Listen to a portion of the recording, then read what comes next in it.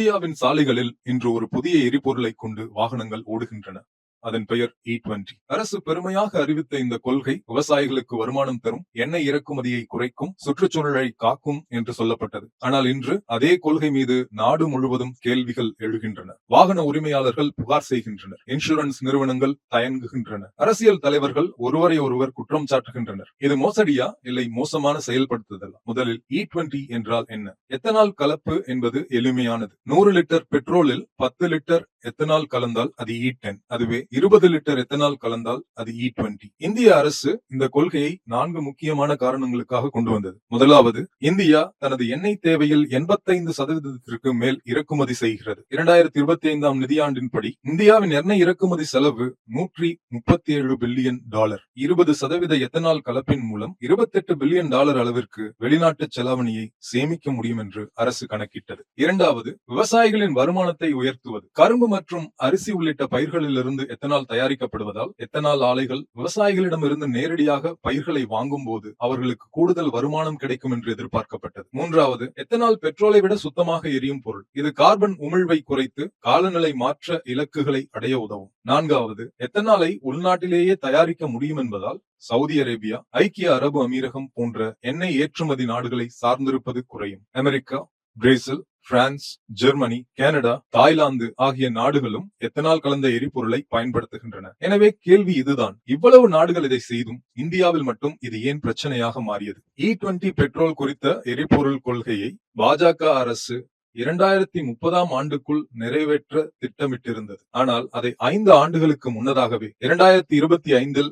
நிறைவேற்றதுதான் இந்த பிரச்சனைக்கு காரணம். தற்போது 2026ஆம் ஆண்டில் இது நாடு முழுவதும் இயல்பான எரிபொருளாக மாறிவிட்டது. பல பெட்ரோல் பங்குகளில் இப்போது பியூர் பெட்ரோலுக்கு வாய்ப்பே இல்லை. வேகமான செயல்படுத்தல் பொதுவாக நல்லதாகவே கருதப்படும். ஆனால் இந்த விஷயத்தில் இது நேர்மாறான விளைவை ஏற்படுத்தியது. அதிக செலவு, குறைந்த செயல்திறன் மற்றும் நுகர்வோருக்கு எந்த தேர்வும் இல்லாத நிலை. பெட்ரோலின் ஆற்றலோடு ஒப்பிடும்போது எத்தனாலின் ஆற்றல் 34% குறைவு. எனவே E20 எரிபொருளில் ஓடும் வாகனம் அதே தூரத்தை சென்றடைய அதிக எரிபொருளை எரிக்க வேண்டும். இதன் காரணமாக மைலேஜ் குறைகிறது. நித்தி ஆயோக் ஆவணத்தின்படி E0க்காக வடிவமைக்கப்பட்ட 4 சக்கர வாகனங்கள் E20இல் ஓடும்போது அது 6 முதல் 7% வரை மைலேஜ் குறைவை சந்திக்கின்றன. 2 சக்கர வாகனங்களில் இது 3 முதல் 4% வரை இருக்கிறது. 1000 கிலோமீட்டர் பயணத்திற்கு 4 லிட்டர் கூடுதலாக எரிபொருள் தேவைப்படுகிறது. பெட்ரோல் விலை லிட்டருக்கு $100 எனில் அது 1000 கிலோமீட்டருக்கு $400 கூடுதல் செலவை தருகிறது. இந்த இழப்பை சரி செய்ய எத்தனால் கலந்த எரிபொருள் மலிவாக இருக்க வேண்டும் என்று நித்தி ஆயோக் பரிந்துரைத்தது. ஆனால் நடைமுறையில் பெட்ரோல் விலை குறையவே இல்லை. நுகர்வோர் செலுத்துவது பெரும்பாலும் பெட்ரோலின் விலை அல்ல, அதன் மீதான வரியின் தாக்கம். E20 பெட்ரோலால் மைலேஜ் குறைந்தது, அதே சமயம் விலையும் குறையவில்லை. இதுவே மக்களின் அதிருப்திக்கு முக்கிய காரணம். இரண்டாவது பிரச்சனை, ஒவ்வொரு வாகனமும் இன்னும் எத்தனாலுக்கு தயாராகவே இல்லை.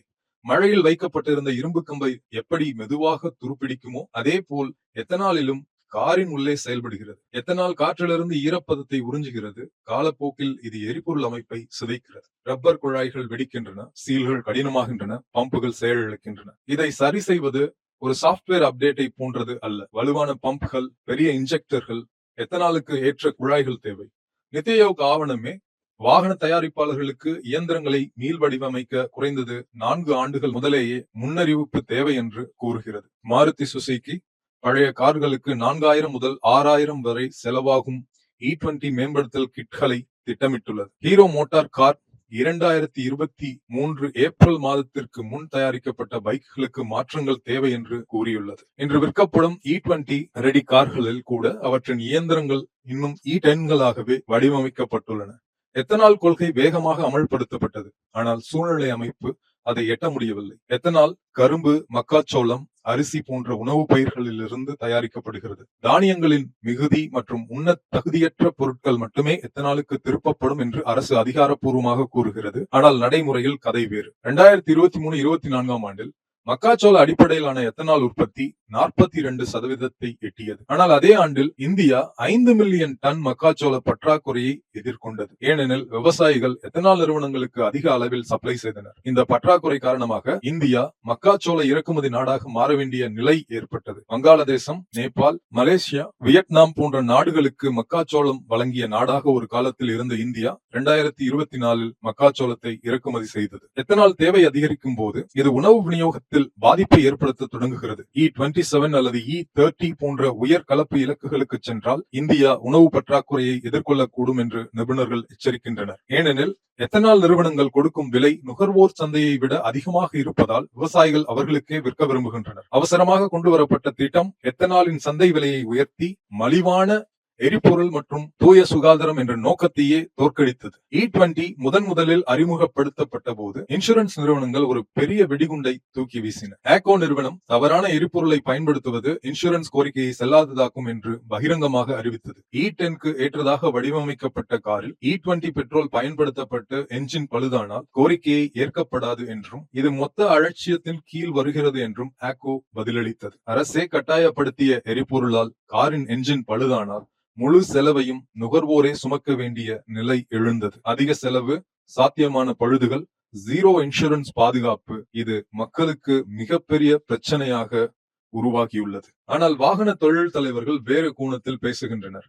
SIAM அமைப்பின் தலைவர் பிரசாந்த் பானர்ஜி இந்த அச்சக்கதைகளை தவறான தகவல் என்று நிராகரித்தார். SIAM உறுப்பினர்கள் நடத்திய ஃபுல் 6 மாத கால சோதனைகளில் சுமார் 1 லட்சம் கிலோமீட்டர் தூரம் வாகனங்கள் ஓட்டப்பட்டு E20ஆல் எந்த அசாதாரண செயல்திறன் பாதிப்பும் ஏற்படவில்லை என்று அவர் கூறினார். இரு முகங்கள் கொண்ட உண்மை இது. ஒரு புறம் ஆபத்தை சுட்டிக்காட்டும் இன்சூரன்ஸ் கம்பெனிகள், மறுபுறம் எல்லாம் சரியாக இருக்கிறது என்று வலியுறுத்தும் தயாரிப்பாளர்கள். லட்சக்கணக்கான இந்திய ஓட்டுநர்களுக்கு E20 ஒரு சாம்பல் வண்ண மண்டலத்தில் நிற்கிறது. மகாராஷ்டிரா மற்றும் உத்தரப்பிரதேசம் போன்ற மாநிலங்களில் ஏற்கனவே நீர் பற்றாக்குறையை எதிர்கொள்கின்றன. ஒன்றிய உணவு செயலாளர் சஞ்சீவ் சோப்ரா இது பற்றி கூறுகையில், கரும்பிலிருந்து 1 லிட்டர் எத்தனால் தயாரிக்க 3630 லிட்டர் நீர் தேவைப்படுகிறது என்றும், மக்காச்சோளத்திலிருந்து தயாரிக்க 4670 லிட்டர் நீர் தேவை என்றும் குறிப்பிட்டுள்ளார். இந்த நீர் நெருக்கடி பற்றி அமைச்சர் நிதின் கட்கரியிடம் கேட்டபோது அவர் நாட்டில் தண்ணீர் பற்றாக்குறை இல்லை என்றும், ஓடும் நீரை நடக்க வைக்க வேண்டும் என்றும், நடக்கும் நீரை நிற்க வைக்க வேண்டும் என்றும், நிற்கும் நீரை நிலத்தில்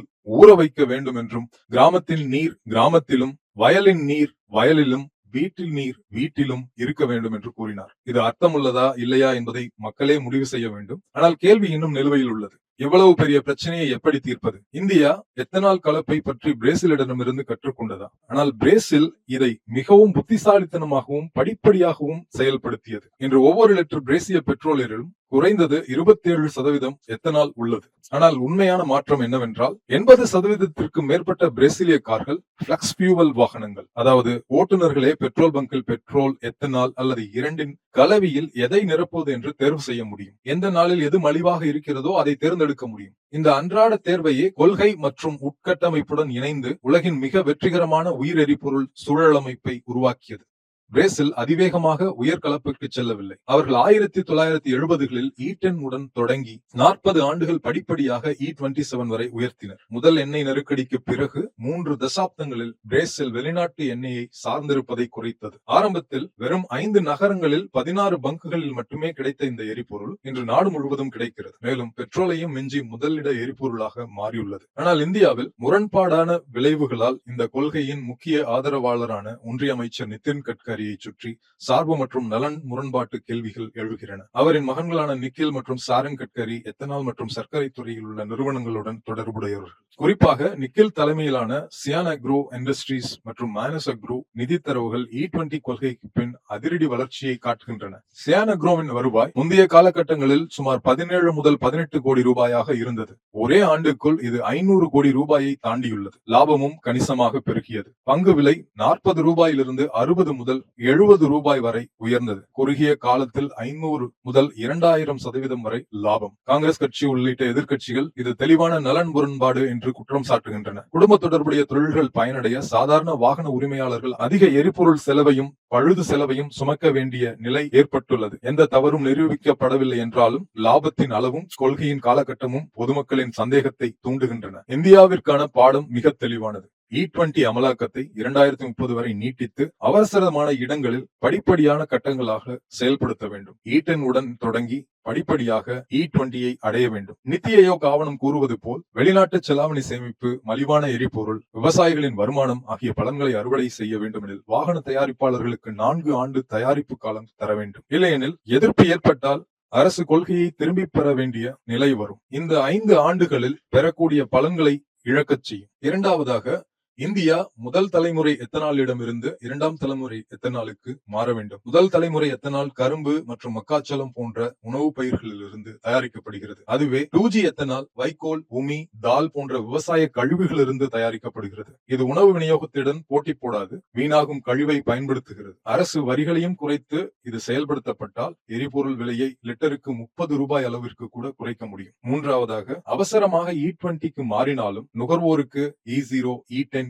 E20 ஆகிய 3 தேர்வுகளும் கொடுக்கப்பட வேண்டும். E20 தங்களுக்கு ஏற்காதவர்கள் E0வை தேர்வு செய்யும் சுதந்திரம் இருக்க வேண்டும். சூழல் அமைப்பு தயாராகாமல் கட்டாயப்படுத்தப்படுவது அரசின் மீதான மக்களின் நம்பிக்கையை சிதைக்கிறது. இறுதியாக, எந்த கொள்கையை அரசு செயல்படுத்தினாலும் அது எத்தனால் கலப்பாக இருந்தாலும், மின்சார வாகனங்களாக இருந்தாலும், உற்பத்தியாளர்கள் முதல் வாகன தயாரிப்பாளர்கள், இன்சூரன்ஸ் நிறுவனங்கள் வரை முழு சூழல் அமைப்புடன் இணைந்து செயல்பட வேண்டும். அப்போதுதான் கொள்கை வெற்றி பெறும், பின்னடைவை எதிர்கொள்ளாது. இதில் அரசின் நோக்கம் விவசாயிகளை வளமாக்க வேண்டும், வெளிநாட்டு எண்ணெய் சார்ந்திருப்பை குறைக்க வேண்டும் என்பது, காலநிலை மாற்றத்தை தடுக்க வேண்டும் என்பது. ஆனால் நல்ல நோக்கத்தை சரியான செயல்படுத்தல் பின்தொடரவில்லை எனில் அது அரசிற்கும் மக்களுக்கும் இடையேயான நம்பிக்கையில் விரிசலை ஏற்படுத்திவிடும். அந்த நம்பிக்கையை எந்த அரசும் இழக்கக்கூடாத மிகப்பெரிய நம்பிக்கை. எத்தனாலால் பெட்ரோல் விலையை குறைத்து விவசாயிகளை வளமாக்க முடியுமா என்றால் முடியும். ஆனால் இன்று அது பெட்ரோல் செலவை குறைக்கிறதா? இல்லை. எத்தனால் கலப்பு ஒரு நிலையான எரிபொருள் வழிமுறையாக இருக்க முடியுமா என்றால் முடியும். மற்ற நாடுகள் அதை நிரூபித்துள்ளனர். எனவே இது மோசடி அல்ல, பாஜக அரசின் மோசமான செயல்படுத்தல்.